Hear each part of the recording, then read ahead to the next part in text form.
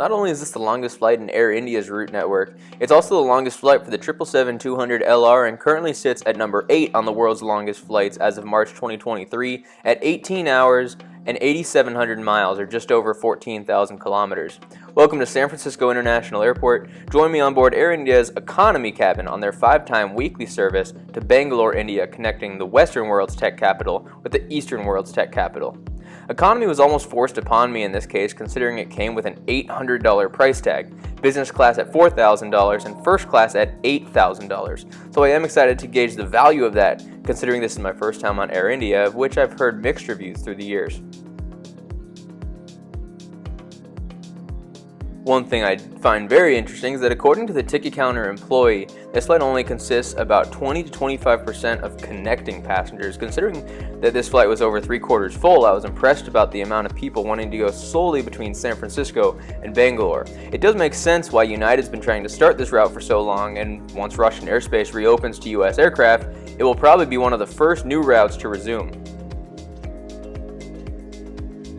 Now, if you do watch my channel, you know about SFO's rotating art displays throughout the whole airport. The current display outside G-Gate security area looks back at historic place settings on mostly defunct airlines. We can take a look back at what luxury travel looked like back in the mid-1900s on airlines like Pan Am, TWA, and Continental.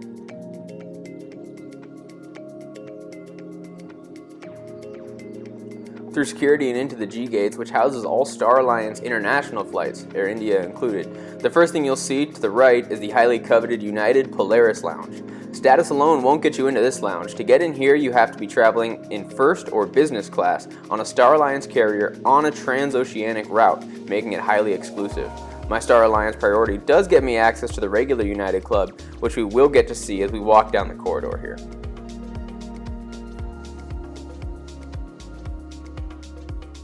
Now, SFO does a great job at incorporating local restaurants throughout the airport. You won't find many chain restaurants here walking around. My personal favorite has to be Napa Farms Market, which has multiple locations throughout SFO, all with hearty, healthy, and nutritious options for order or for grab and go. But while I wait for that Napa Farms Market sponsorship, about halfway down the G-Gates next to this flight here to Tel Aviv is where we find the United Club. Star Alliance priority will get you in here if you are holding an international economy ticket and therefore do not have access to the United Polaris Lounge. I walked up ready to get some refreshments before climbing on board the 777 for my 18-hour flight, but it was then that I was greeted with the unfortunate news that this location was closed for maintenance. The F-Gate Lounge was open, which is still located within security, but within the domestic area for United's flights. At this point, I didn't have enough time to get there and actually enjoy the area before I had to head back, so I decided to buy a water and hang out at my favorite outdoor terrace for the next 10 to 15 minutes. The outdoor terrace is at the far end of the G-Gates and allows views of the ramp for this half of the international terminal and part of United's domestic gates, as well as a partially obstructed view of the active runways.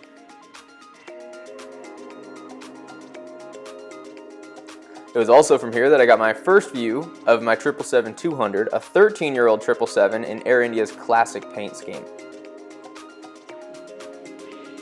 Off to our gate now, G7, while most gates were beginning to fill up, as a 9 p.m. to midnight push is a very busy time here for mostly Asian-bound flights out of SFO.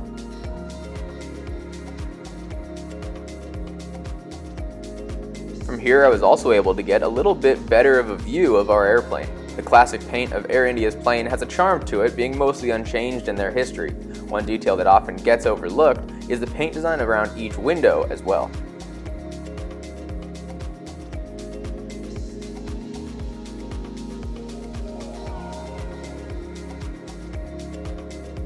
I do appreciate Air India adding some color and design to their boarding passes. I know most people never really look at these, but I do appreciate the extra colors and details here and there. They even add Indian-inspired art to the back as well. In addition, each cabin class has a different design on their boarding pass.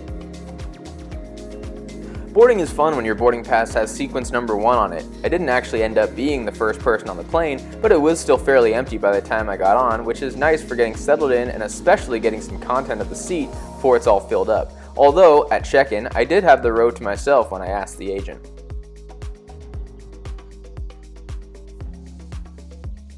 On our way to our seat, we won't see the first class cabin, which is to the left once in the door, but we will pass through the 232 business class cabin that can be booked with United miles. So I am hoping to try it out at some point, but eventually we will get to the economy cabin, which is laid out in a 333 configuration. Air India has a unique color scheme for its cabin, alternating between a mustard yellow and a burgundy red fabric seat with a leather headrest. Each passenger in economy found their seat supplied with a pillow, blanket, headphones, and water bottle. Not exactly a full amenity kit, but it will be enough for me until I get off in Bangalore.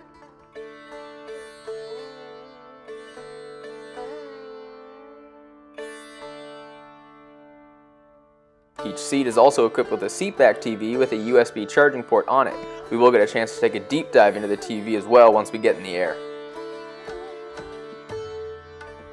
Legroom in row 25 really isn't all that bad. It's sold as priority seating and I ended up paying $45 to reserve this seat, although considering the amount of time I'll be in the seat, it seemed like a good investment in my eyes. Also, to help you get comfortable is a seatback pocket with 2 sub-compartments stitched on the outside, which I always appreciate, and a footrest, which always makes the seat 10 times more comfortable in my opinion. A feature I haven't seen on other airplanes is this water bottle holder. I love being able to have my water bottle there for easy access, although it proved that I couldn't really use it that effectively one-handed. The seat also had a bifolding tray table that's seemingly becoming the standard in the industry.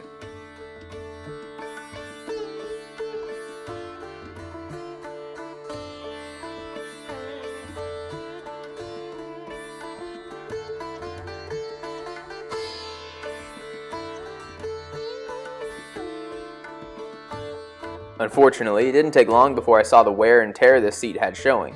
For example, you can see around the TV is some cracks. Some had been patched, some had not. Also behind the tray table was a literature pocket that seemed to have extensive wear to it. After that, the next issue that I observed was that the tray table had trouble staying up, and when it did come down, it ended up being all crooked unless I leveled it out myself. This is an issue that seemed to be consistent with my seat partners. In addition to that, the armrest was also falling apart, and this led to further issues with the remote and the in-flight entertainment, and I will get into that later.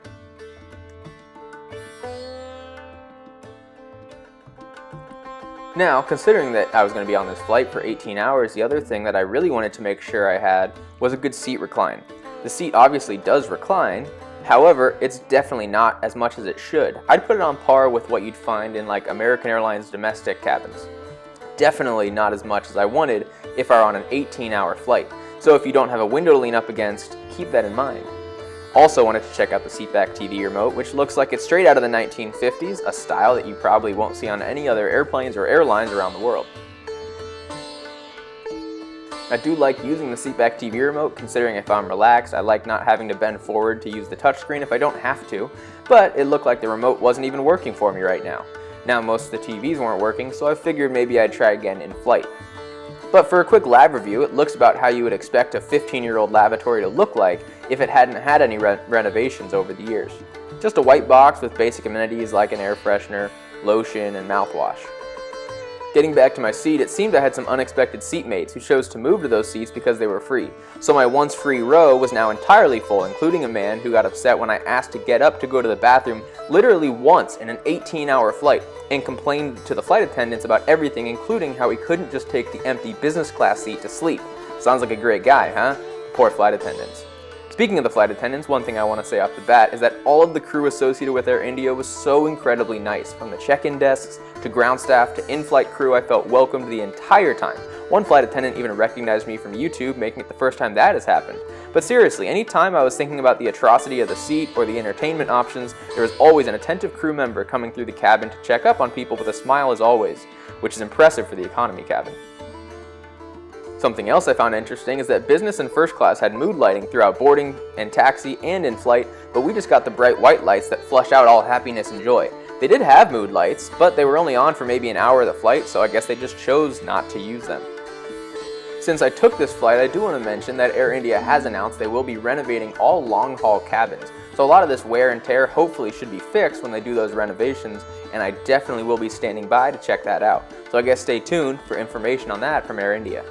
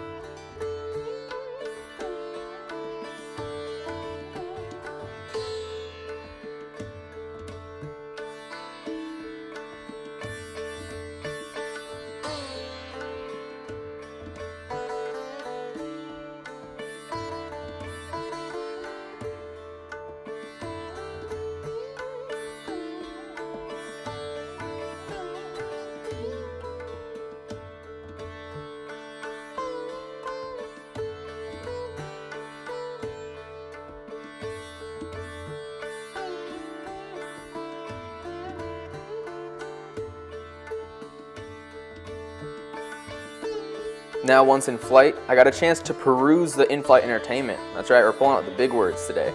Regardless of my ever-growing vocabulary, the seatback TVs have a few different options to start. Mostly the normal things you would expect on these flights, plus the Sky Bazaar, which is like a duty-free shop on board, flight info, and the broadcast. I spent some time clicking through the different options, finding about half of the options to be unavailable at this time. At least the TV and movies were working, so I would have stuff to watch throughout the flight, just no games, no in-flight cameras, duty-free shopping, etc. Next up was the maps. For starters, they have a world map. The interesting thing is it was under the route map category, but it doesn't have the most current destinations, including San Francisco, which is literally where we're coming from today. The broadcast option seemed to play whatever was being shown on the overhead monitors. However, those overhead monitors remained off throughout the flight, so there was nothing available on that tab. There were also in-flight cameras. They had a couple different angles of cameras. Unfortunately, neither of them were working on today's flight.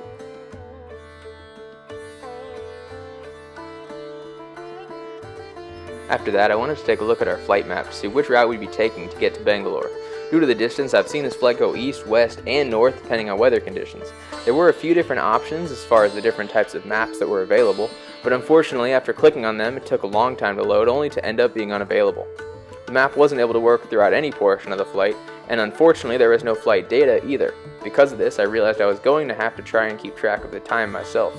I ended up using the timestamp of my video on takeoff in order to figure out how long ago we had taken off, and then I was able to estimate how far we were along our journey, which I had downloaded before the flight. At this point, I decided to take a deep dive into the entertainment options. There were a fair amount of English options, but understandably there were more Hindu options. Unfortunately, I realized a couple issues. First off, the touch was slightly uncalibrated. It seemed that wherever I touched, it actually registered as if I had touched it slightly lower. Secondly, I found I wasn't able to click on the border of the screens. This meant I wasn't able to change to the other pages and see other options. Luckily, there were a few things on the first pages of the TV shows and movies that I found worth watching. I do realize that the logical next step would be to use the remote to help with this, so I grabbed the remote that seems to be original with the airplane, which I wouldn't have had a problem with if it worked. That's right, I clicked all the buttons multiple times, but with no luck. It also seemed to be slightly cracked and the two sides separated a bit, which probably didn't help. After that, I accepted I would be watching content only found on the first page of each option. Starting with the movies, there were actually a ton of categories from all different regions around the world, and even most of the ones that weren't in English had English subtitles, so you could enjoy them still.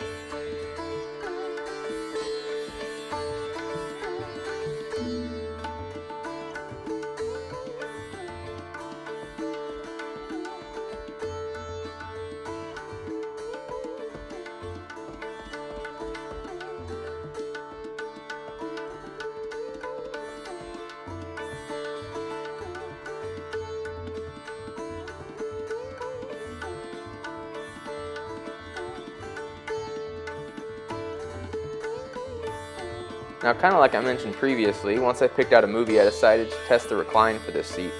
On jets of this size, I've found that it varies widely. For example, Swiss has a fantastic recline, while airlines like American have much more limited recline. I found Air India to be on the lower end of the spectrum with very little recline. Luckily though, I did have the window to rest my head on. Once getting comfortable though, I realized that I couldn't hear through my headphones. I was using the ones they gave out, so I tried my personal headphones as well, but with the same result. Adjusting the TV volume didn't seem to be helping either. Unfortunately, that meant that I wouldn't be able to listen to any of the options that I chose to watch. Next up, I wanted to check out the Wi-Fi options available, which is when I learned that Air India doesn't actually supply in-flight Wi-Fi on any of its flights. Seemed a bit odd to me. I mean, they have a number of new aircraft, but they haven't had the desire to add that feature. I'm curious why, or if it just comes down to the cost of installing it, considering I do know that some flights lose Wi-Fi over India, so I was thinking maybe that has something to do with why they haven't installed Wi-Fi if the heart of their network's in an outage area. Something else I find interesting is that since Air India uses a 333 layout throughout the entire 777 economy cabin, there is some extra space besides the seat. This gave me a good space to store my backpack to leave the floor space free for my feet, and allow a little more room to lean up against, but allow plenty of room of space for kids to look back and watch you sleep, which, yes, I did notice multiple times. While we waited our first meal service of the flight, we got our first refreshments of the flight. Today that consisted of a soft drink choice, as well as a small bag of roasted salted peanuts.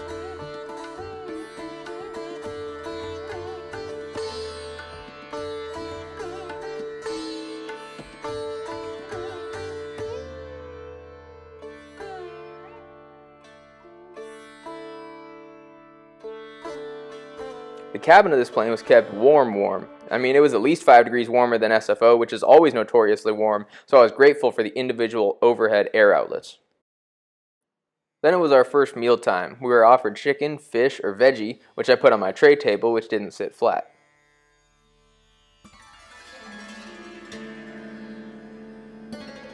I chose to go with the vegetarian option, which included a tofu curry and a dal with rice.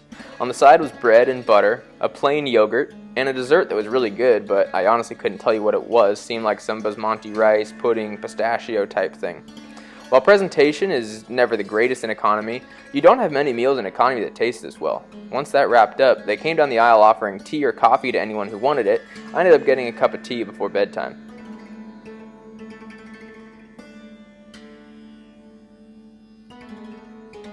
Before long, the mood lighting was turned on and the cabin went to sleep, myself included.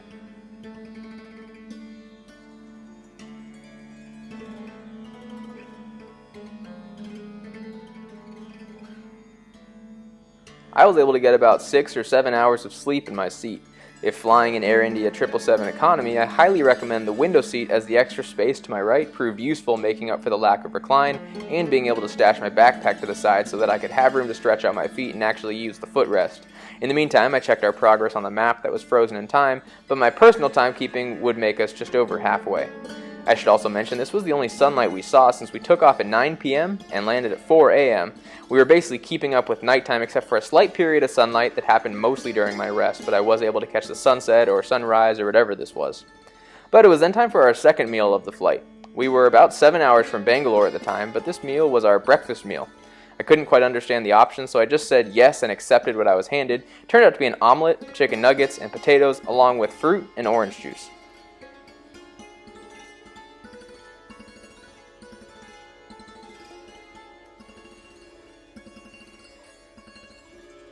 This was also about the time when I decided to switch to watching my own downloaded shows on my computer. This was also partly due to my TV not working. The darkness you see here is the void where my TV was just a couple hours ago. Obviously, eventually my laptop was dying, so I used the underseat universal charging port to charge my laptop. It showed as green, but once anything was plugged in, it would turn red and nothing would actually happen. So I had to watch as my laptop died a slow, inevitable death, and I ran out of things to watch. The fantastic crew was able to restart the IFE system since a number of TVs were having issues, and I was then able to watch TV, although the volume and remote still didn't work.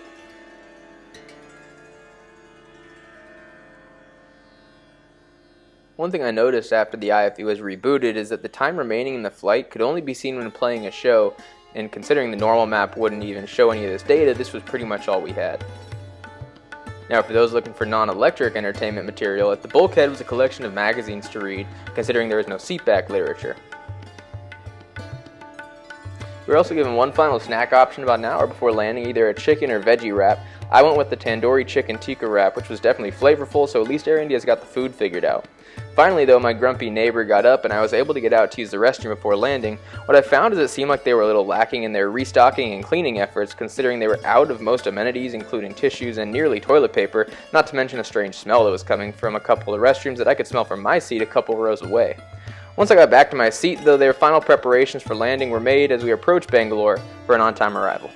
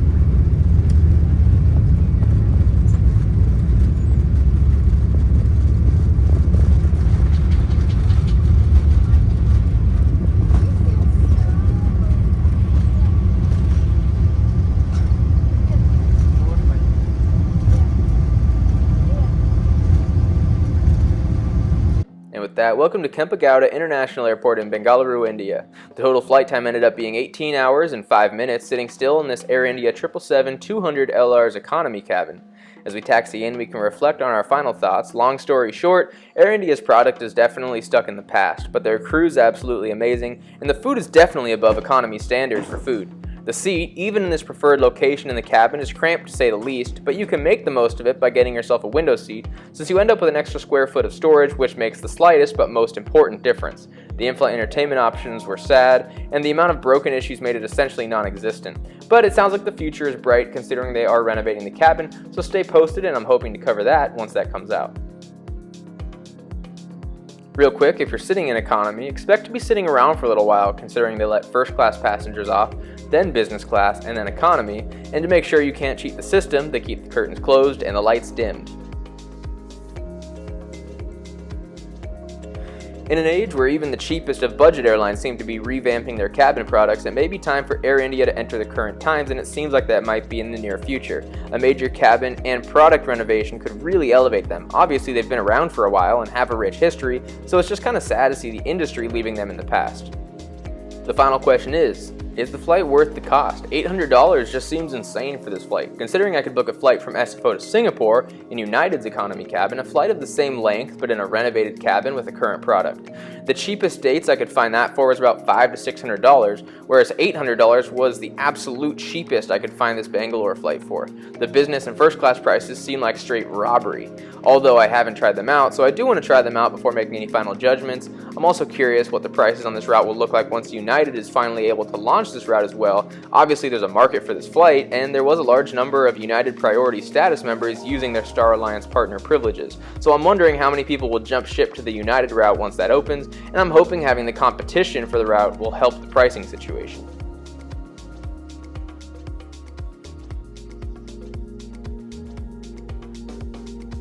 As we head past immigration and onto baggage claims, sorry for having more of a negative tone on this video. I try and keep these videos positive since every opportunity to travel is a positive experience, but this was just one of the more disappointing flights, unfortunately.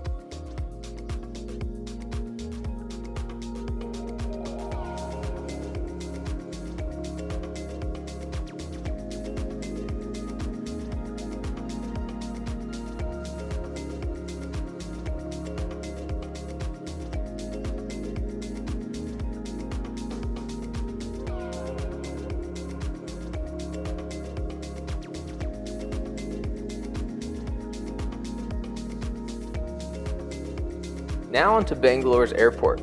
This is Terminal 1, which actually is newly renovated. It has some great features, and we'll take a look at what the shopping options look like here in a second. And they're also adding a Terminal 2, which will be brand new. The eventual goal is to have the international flights in Terminal 2 and the domestic flights in Terminal 1, so I am hoping to check out that Terminal 2 once that opens. But for now, they're just testing it out with a small selection of airlines, with the rest using Terminal 1, which is still a wonderful terminal. But let me know your thoughts below on Air India's economy class and what the longest flight is that you've traveled on in economy. But until next time, safe travels, thanks for stopping by, and welcome to Bangalore, India.